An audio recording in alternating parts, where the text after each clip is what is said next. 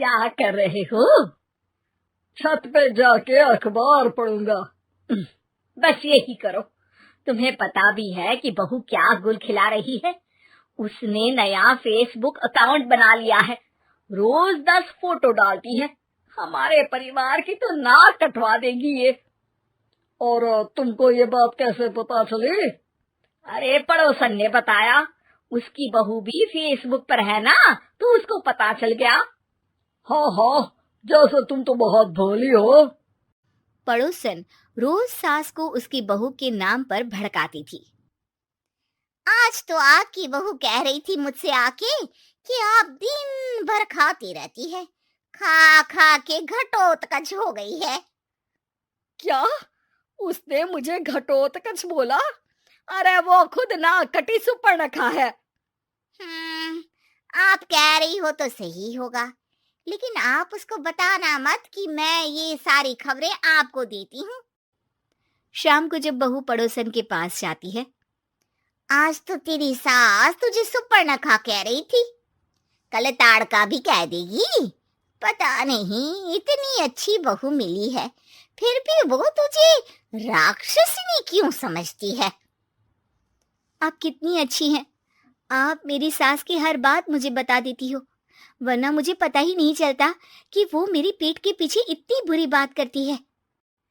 चालाक पड़ोसन रोज ही दोनों सास बहू के सामने उन दोनों की ही बुराई करती और चुगली करके बातें बता देती, ताकि दोनों में हमेशा लड़ाई होती रहे। आपने तो बस छत पे बैठ के अखबार पढ़ना है और चाय के घूंट पीना है। बहू की वजह से मुझे तो जहर के घूंट पीने पड़ रहे हैं। कल वो मुझे मोटी घटोत्कच बोल रही थी। तो तुम भी तो उसको नाक कटी सुपर्णखा बोल देती ना। हाँ हाँ, वही बोल दिया मैंने उसे। आप मुझे कितना समझते हो। बहुत अच्छे से। अब मुझे वो ये बात पड़ोसन ने बताई ना, वही तो है आपकी शुभ चिंतक। पर मैं इस बहू को ना सबक सिखा के ही रहूंगी। जरूर सिखाना चाहिए, पर आज तुम मेरे साथ शाम को छत पे बैठना, एक तरकीब बताऊंगा। बिल्कुल बिल्कुल, कितना ध्यान रखते हो जी आप मेरा। मैं ना सब ध्यान रखता हूँ। शाम को जब सास और ससुर छत पर बैठे होते हैं कि यहाँ खड़ी हो जाओ, यहाँ से ना तुमको पता चल जाएगा कि बहू की अगली चाल क्या है। अच्छा, कैसे? सवाल मत पूछो, जैसा कह रहा हूँ वैसा करो। थोड़ी देर में ही छत पे बहू की आवाज आने लगती है। मेरी सास लायक ही नहीं है, मुझे पता होता तो सास बहू की भी कुंडली मिलवा लेती पहले ही।